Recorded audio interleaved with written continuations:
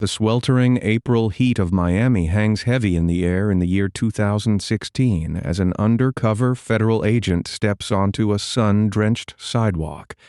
He approaches a wealthy family matriarch, handing her a heavily annotated newspaper article alongside a handwritten demand for $5,000 and a phone number. The agent poses as the disgruntled brother of a Miami gang affiliate, issuing a terrifying ultimatum that shatters the woman's pristine world.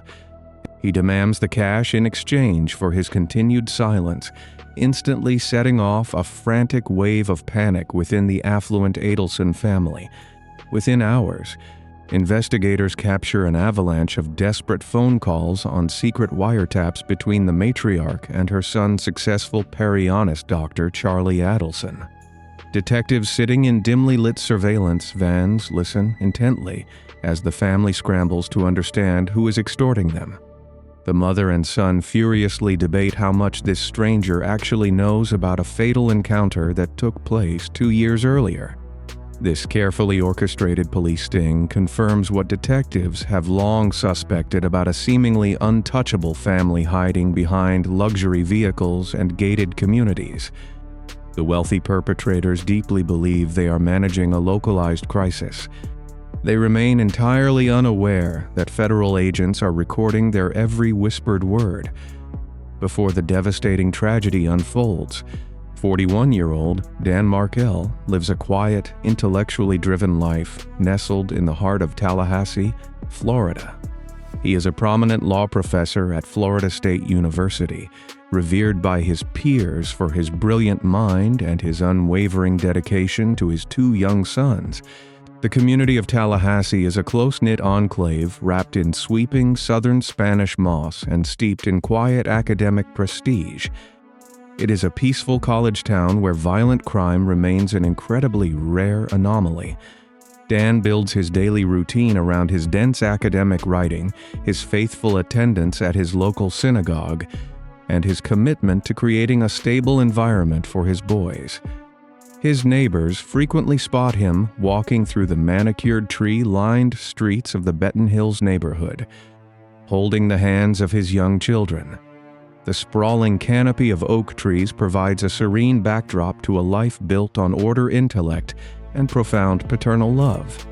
He maintains a deep optimism about his future, pouring his energy into shaping the minds of future attorneys in his university classrooms. He is a man who trusts the law, implicitly believing that the justice system he teaches will always protect those who walk a righteous path.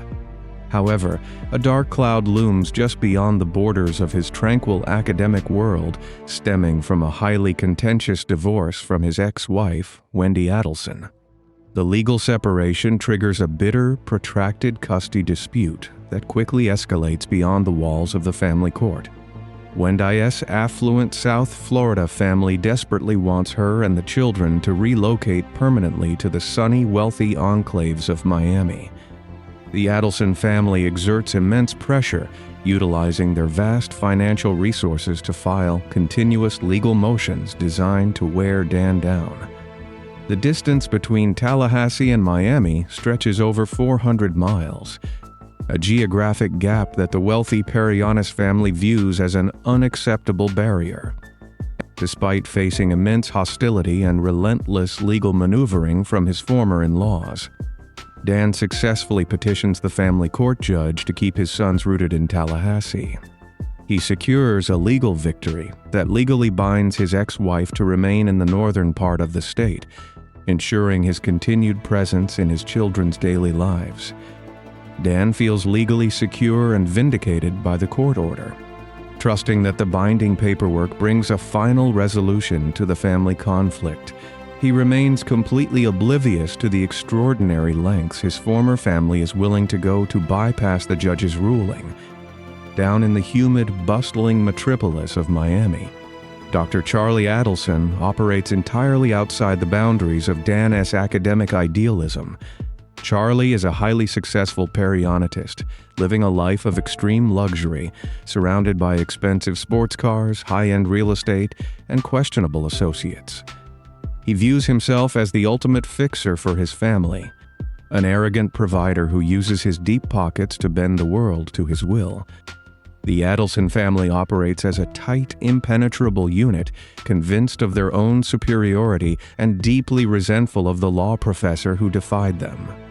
While Dan spends his evenings drafting legal manuscripts in his quiet study, Charlie navigates the shadowy underbelly of Miami nightlife. The arrogant dentist frequently boasts about his wealth and his illicit connections, maintaining a secret relationship with Catherine Magambawa. She is a woman who serves as a vital bridge between the sterile, high-income dental clinics of South Florida and the dangerous world of the Latin King Street gang. This stark geographical and moral contrast sets the stage for a catastrophic collision between two vastly different worlds. A wealthy family decided that standard legal channels were no longer sufficient, opting instead to employ a permanent, unspeakable solution. The point of absolute no return arrives on the bright, humid morning of July 18, 2014. Dan Markel begins his day just like any other, carefully strapping his two young sons into his vehicle and driving them to their local Tallahassee daycare center. After ensuring his children are safely dropped off, he runs a quick errand at a nearby Premier Health and Fitness Center, completely unaware that malicious eyes are tracking his every move. The drive from the gym to his home in the quiet Benton Hills neighborhood takes only a few minutes, winding through peaceful residential streets lined with brick houses and manicured lawns. As Dan pulls his vehicle onto Trescott Drive, a rented silver Toyota Prius follows closely behind him, maintaining a calculated distance. The professor presses the button on his visor, sending a heavy metallic click echoing through the air as his garage door slowly rises. He guides his car into the shaded enclosure of the garage, throwing the gear shift into park and preparing to gather his belongings. At this exact moment, the harsh glare of the Florida sun reflects off the windshield of the silver Prius as it abruptly stops at the end of his driveway. The serene morning atmosphere of the affluent neighborhood is about to be shattered by an act of incomprehensible cruelty. An unknown assailant steps out of the idling Prius, rapidly crossing the short expanse of concrete separating the street from the open garage. The attacker marches straight to the driver's side window of Dan's vehicle, raising a firearm equipped with a sound suppressor.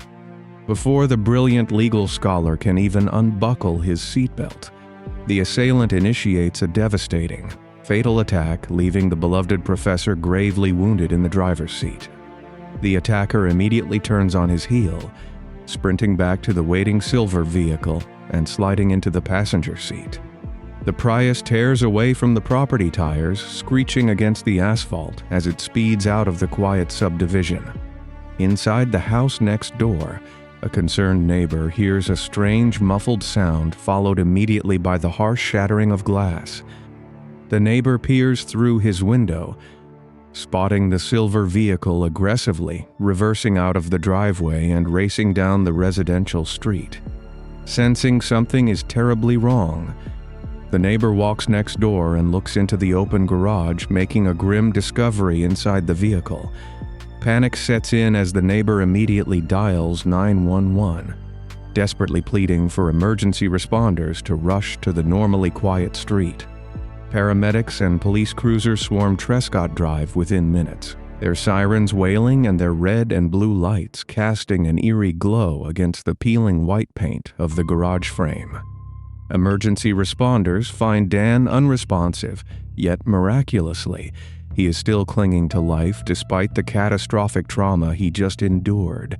They carefully extract the injured father from his vehicle, loading him into a waiting ambulance and racing him to a local Tallahassee hospital. For hours, trauma surgeons work frantically to save the brilliant academic, but the damage inflicted by the ruthless assailants proves to be too severe. Dan Markel tragically succumbs to his injuries early the following morning, transforming a local family dispute into a massive high-stakes homicide investigation. The brazen daytime assassination shocks the core of the quiet college town, leaving his students, colleagues, and young sons deeply traumatized. Local law enforcement officers secure the residential street, placing bright yellow tape across the driveway and beginning the meticulous process of gathering physical evidence. They are left staring at an empty garage and a shattered window, wondering who would target a respected law professor with such military precision. The local authorities do not yet realize that the answer lies over 400 miles away, hidden behind the manicured hegs of a wealthy Miami estate. Tallahassee Police Department detectives stand inside the sweltering garage on Trescott Drive. They catalog the shattered window glass and map the exact trajectory of the projectiles. The physical space is a confined standard suburban garage attached to a quiet brick home. Initial investigative theories focus on Dan Markel's immediate professional circle. Detectives spend the first days interviewing students and reviewing internal academic forums, searching for a bitter student or a jealous academic rival. Dan held a reputation as a rigorous, unyielding grader, and law school competition often breeds intense resentment. Investigators pull years of grading records and interview dozens of colleagues across the Florida State University campus. They demand schedules and cross-reference the alibius of several law students who received failing marks during previous semesters. This entire avenue of inquiry yields nothing but solid alibi. The academic rivals possessed verifiable whereabouts and lack any capacity for organized violence. The investigators recognize the primary motive does not reside within the ivy-covered brick walls of the university. They pivot their focus entirely back to the physical evidence left on the asphalt of the residential driveway. The sole actionable clue is the neighbor Cease's description of a silver Toyota Prius fleeing the scene of the attack. Detectives map out every potential escape route winding through the Benton Hills neighborhood, identifying intersections equipped with city surveillance and public transit cameras. They pull hundreds of hours of municipal video feeds recorded on the morning of July 18, 2014. Analysts sit in darkened evidence rooms scanning the blurry traffic footage frame by frame. They spot a silver Prius navigating the roads leading away from the crime scene, catching a clear image of its license plate on a city bus camera. Investigators trace the vehicle registration direct to a car rental agency located nearly 500 miles away in South Florida.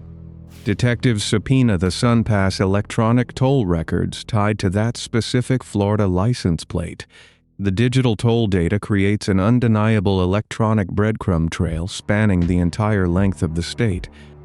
Investigators document the rental vehicle traveling north on the Florida Turnpike, passing through multiple toll posters from Miami to Tallahassee. The car then makes an abrupt return journey south just hours after Dan suffered the fatal attack. This digital tracking confirms a targeted, long-distance strike, rather than a random local incident. The rental agency records lead Tallahassee investigators straight to two men living in Miami, identifying them as Sigfredo Garcia and Luis Rivera. Background checks reveal both individuals are active affiliates of the Latin King Street Gang, possessing extensive criminal histories in South Florida. Detectives obtained search warrants for the cellular tower data connected to the mobile phones belonging to Garcia and Rivera. The cellular forensics mirror the SunPass toll records, placing both phones moving in tandem with the rented Prius up the Florida peninsula. Investigators obtain an additional warrant for a Tallahassee motel room rented under Garcia's name the night before the tragedy. However, this massive breakthrough introduces a perplexing forensic challenge for the local prosecution team. Neither Garcia nor Rivera has ever crossed paths with Dan Markel, lacking any personal, financial, or geographical connection to the Tallahassee law professor. There is no record of communication, no shared associates, and no overlapping history between the gang affiliates and the academic scholar. The complete absence of a direct, personal motive stalls the local prosecutors. They know that presenting a case without a verifiable reason often results in a jury acquittal. To secure a conviction, the detectives must bridge the massive geographic gap between two Miami gang members and a northern Florida academic. Law enforcement officers dig into the personal networks of the two Miami suspects, tracing their phone calls and daily associations.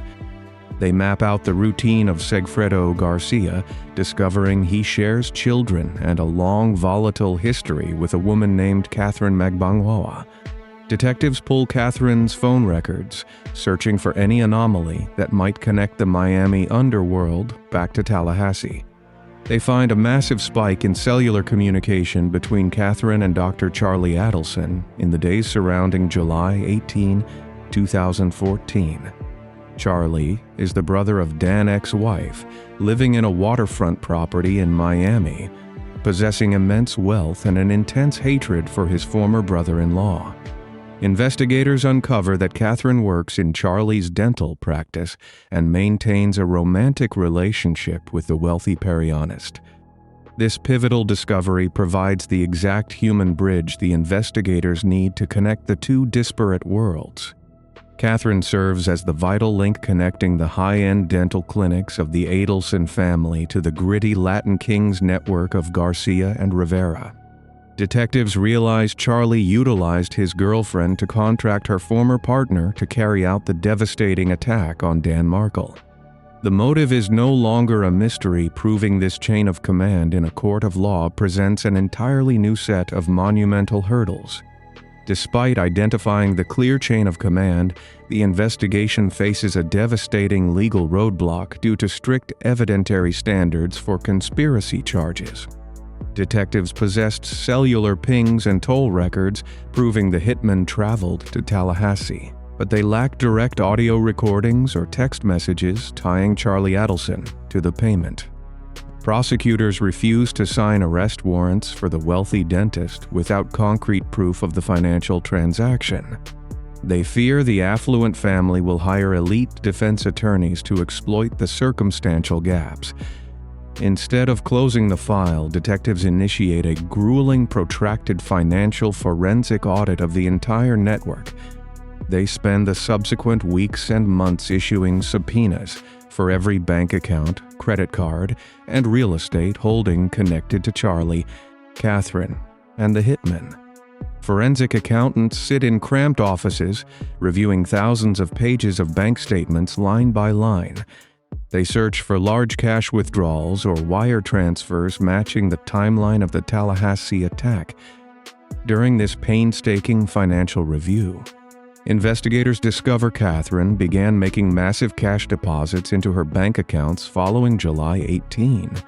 They document her sudden acquisition of luxury items and a significant cosmetic surgery, all paid for in cash.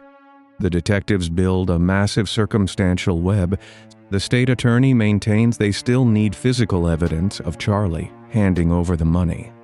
The relentless financial accounting reveals a bizarre specific detail about the physical nature of the illicit payment. Detectives interview associates and bank tellers who handled the cash deposited by Catherine and the hitman in the weeks following the tragedy. Witnesses describe the currency in striking physical terms, noting the bills were waterlogged and emitted a strong odor of mildew. The stacks of money were held together by rusted staples, an unusual method of storing large amounts of currency.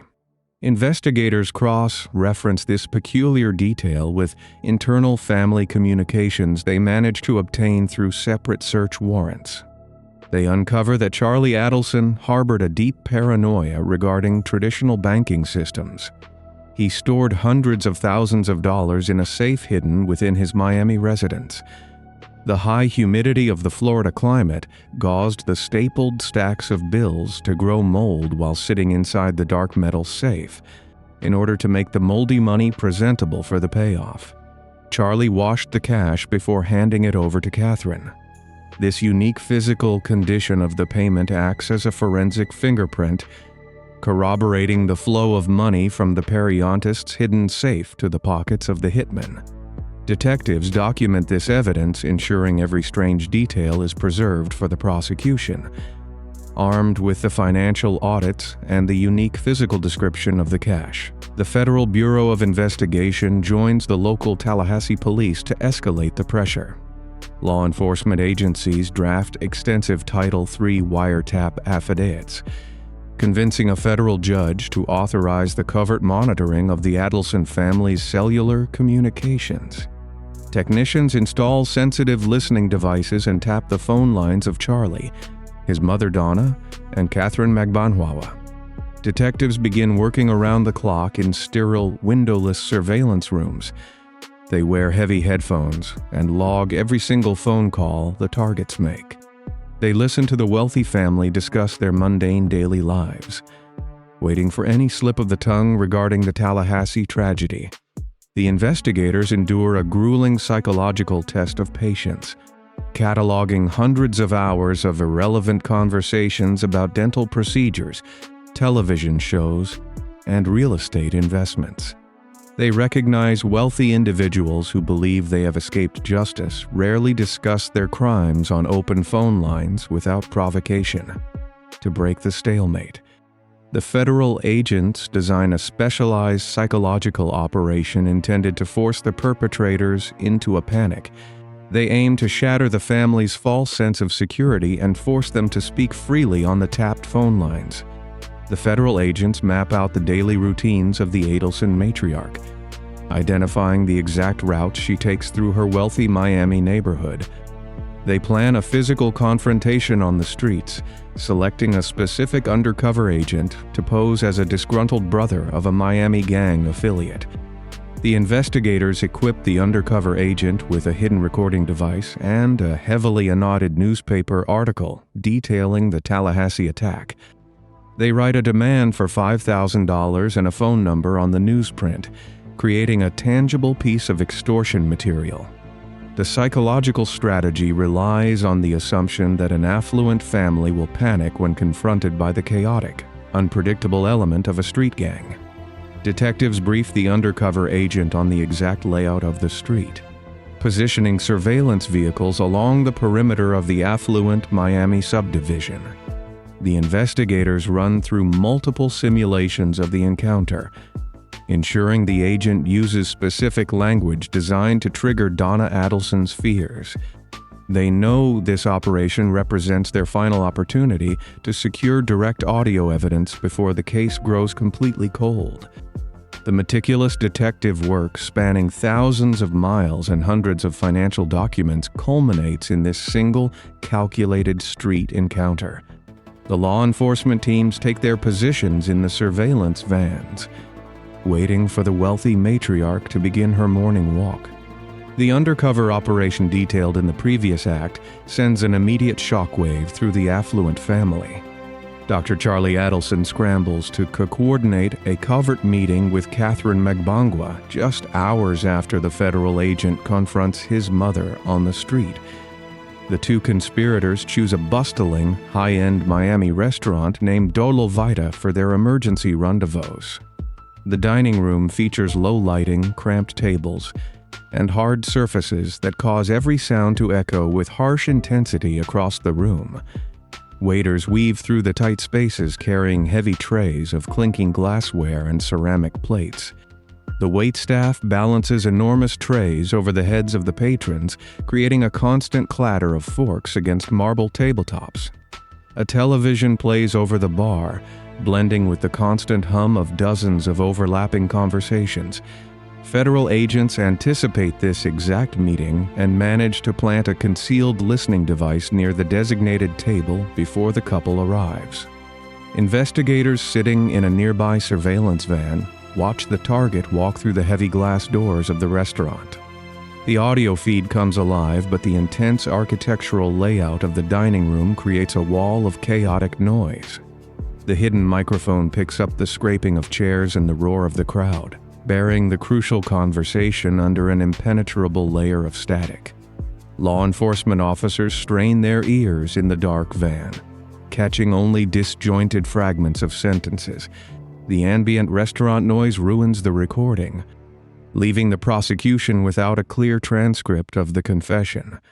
The audio file enters the evidence vault, remaining a massive source of frustration for the detectives trying to close the file. The investigation endures a massive delay as the compromised restaurant recording sits in police archives for 6 agonizing years. Technology catches up with the massive backlog of evidence in the spring of the year 2022. Federal prosecutors hand the garbled Doodle Vita audio file over to a specialized forensic audio engineer equipped with cutting-edge software. The technician sits in a soundproof laboratory, mapping out the specific acoustic frequencies of the background interference. The forensic expert utilizes artificial intelligence algorithms designed to map out the spectral layout of the audio file. The specialized software visualizes the noise as a spectrum of colors on a massive computer monitor, allowing the technician to carve away the unwanted interference. The software isolates the sharp clink of the restaurant glassware, identifying the unique sonic signature of the ceramic plates and the television broadcast. The engineer strips away these layers of ambient noise, removing the chaotic dyne of the Miami dining room piece by piece. The process requires meticulous precision, ensuring the integrity of the underlying human voices remains entirely intact. After weeks of digital filtration, the heavy static clears, revealing the hidden conversation between the wealthy perionist and his terrified girlfriend. The pristine audio cuts through the silence of the laboratory, delivering a crushing blow to the defensive strategy of the affluent family. Detectives hear clear, undeniable admissions of guilt spoken by the primary target. The forensic technology eliminates the legal ambiguity surrounding the massive financial payments. Law enforcement officers possess the definitive proof required to secure an arrest warrant. The enhanced audio recording exposes a man trying to contain a spiraling crisis of his own making. Dr. Charlie Adelson speaks in rapid, hushed tones, instructing Catherine on exactly how to handle the sudden extortion attempt. He admits to financing the fatal strike on his former brother-in-law, attempting to fabricate a convoluted cover story to protect his family. He reveals his desperate attempt to buy the silence of the hitman, proving his deep entanglements with the violent gang members. Charlie suggests they reframe the illicit payment as a proactive response to an independent shakedown initiated by the hitman. The wealthy dentist outlines a plan to claim the gang members carried out the fatal attack on their own, demanding money from the family after the fact. The pristine recording shatters this absurd facade, proving the periodontist directed the lethal operation from the very beginning. The tape captures his arrogant belief that his vast financial resources will allow him to manipulate the legal system and outsmart federal investigators. The wealthy dentist believes his affluent status provides an impenetrable armor against criminal prosecution. He dictates instructions to Catherine, demanding she enforce absolute silence among the individuals involved in the Tallahassee tragedy. The detailed audio transcript provides the missing cornerstone of the prosecution, tying the moldy currency from the hidden safe directly to the execution of the Florida State University professor. The state attorney reads the certified transcript and signs the authorization for an organized tactical strike. The impenetrable shield of wealth surrounding the South Florida family shatters into pieces. The final countdown for the arrogant mastermind begins on an early morning in April of the year 2022. Heavily armed tactical units assemble at a staging area located just outside his luxury waterfront neighborhood in Broward County. The convoy of unmarked federal vehicles rolls through the quiet, palm-lined streets, coming to a sudden stop in front of the sprawling estate. Tactical officers deploy across the manicured lawn, securing the perimeter and aiming their weapons at the heavy wooden front door. The dull thud of a battering ram shatters the morning silence, forcing the heavy entrance open and allowing the strike team to flood the foil. Law enforcement agents navigate the expensive tile floors, shouting commands and securing every room of the massive property. The blinding lights of the police cruisers cast long shadows across the pristine driveway, illuminating the sheer scale of the federal operation. They locate Dr. Charlie Adelson inside the residence, placing the wealthy periodontist in heavy metal handcuffs. The agents march the prime suspect out of his opulent home, walking him past his luxury vehicles and forcing him into the back of a waiting police cruiser. Neighbors step out onto their porches in the early dawn light, watching the unbelievable spectacle unfold in their exclusive community. The heavy metal door of the vehicle slams shut, echoing through the affluent subdivision and bringing a sudden end to a life of limitless privilege. The man who utilized his immense wealth and dangerous street connections to solve a family custody dispute faces the crushing weight of the justice system. The complex criminal conspiracy crumbles under the relentless pressure of brilliant forensic detective work. The massive legal showdown begins in November of the year 2023 inside a secured courtroom located in Leon County, Florida.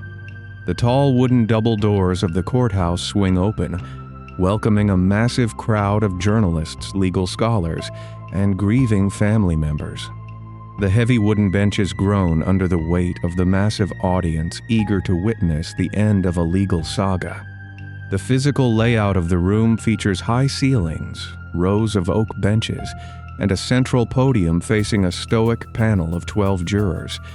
State prosecutors step forward presenting a flawless, chronological roadmap of the devastating conspiracy to the attentive jury. The prosecution team constructs a bulletproof narrative, eliminating every possible alternative theory proposed by the defense attorneys. They project the digital toll records onto a large screen, mapping the exact route the rented silver Toyota Prius took across the Florida peninsula. The jury examines photographs of the peculiar mold-covered currency, matching the physical evidence to the cash withdrawn from the hidden safe in Miami.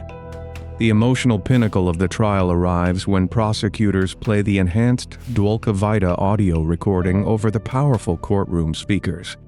The jury listens in stunned silence as the arrogant dentist discusses his role in the fatal tragedy, his voice echoing off the wood-paneled walls. The defense attempts to push the fabricated extortion theory, but the pristine audio and the mountain of circumstantial evidence render the argument absurd. The exhaustive investigative work leaves zero room for reasonable doubt, sealing the fate of the man sitting at the defense table. The jury retreats to a private deliberation room, leaving a tense silence hanging over the crowded Tallahassee courtroom. The panel requires only 3 hours to sift through the massive volume of wiretaps, financial audits, and cellular tracking data. The jury foreperson hands a folded piece of paper to the bailiff, confirming the unanimous decision reached by the group. The heavy wooden door of the jury room opens, signaling a swift and decisive conclusion to the high-stakes legal battle. The judge reads the official verdict declaring Dr. Charlie Adelson guilty of a first-degree capital offense conspiracy to commit a fatal act and solicitation of a capital crime. The convicted mastermind stares straight ahead, his face devoid of the arrogance that once defined his truck-spankant lifestyle. The profound realization of his permanent loss of freedom visibly drains the remaining color from his face. The presiding judge wastes no time delivering the ultimate consequence, handing down a mandatory sentence of life in a state penitentiary without the possibility of parole.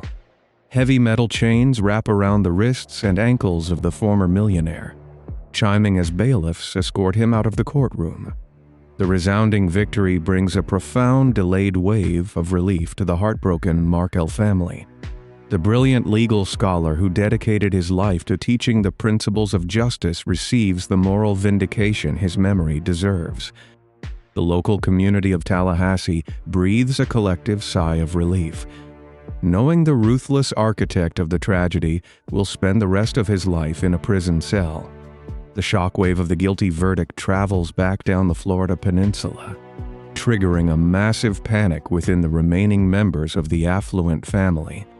Donna Adelson, the patriarch who spent years orchestrating the bitter custody dispute, realizes the federal net is closing around her. The sudden conviction of her golden child shatters the illusion of safety the matriarch maintained for nearly a decade. She initiates a desperate, flawed plan to escape the jurisdiction of the United States justice system. Donna purchases a one-way airline ticket to Vietnam, choosing a country that lacks a formal extradition treaty with the American government.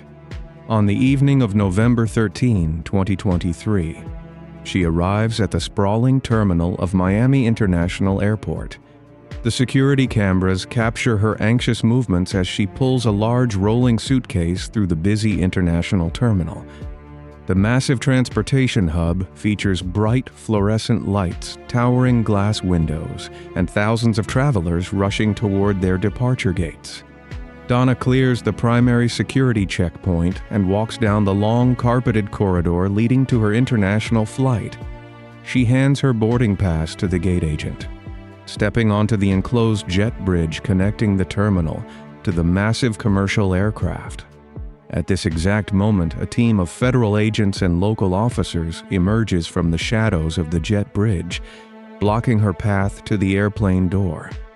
Law enforcement officers snap heavy steel handcuffs onto the wrists of the wealthy matriarch, terminating her desperate flight from accountability.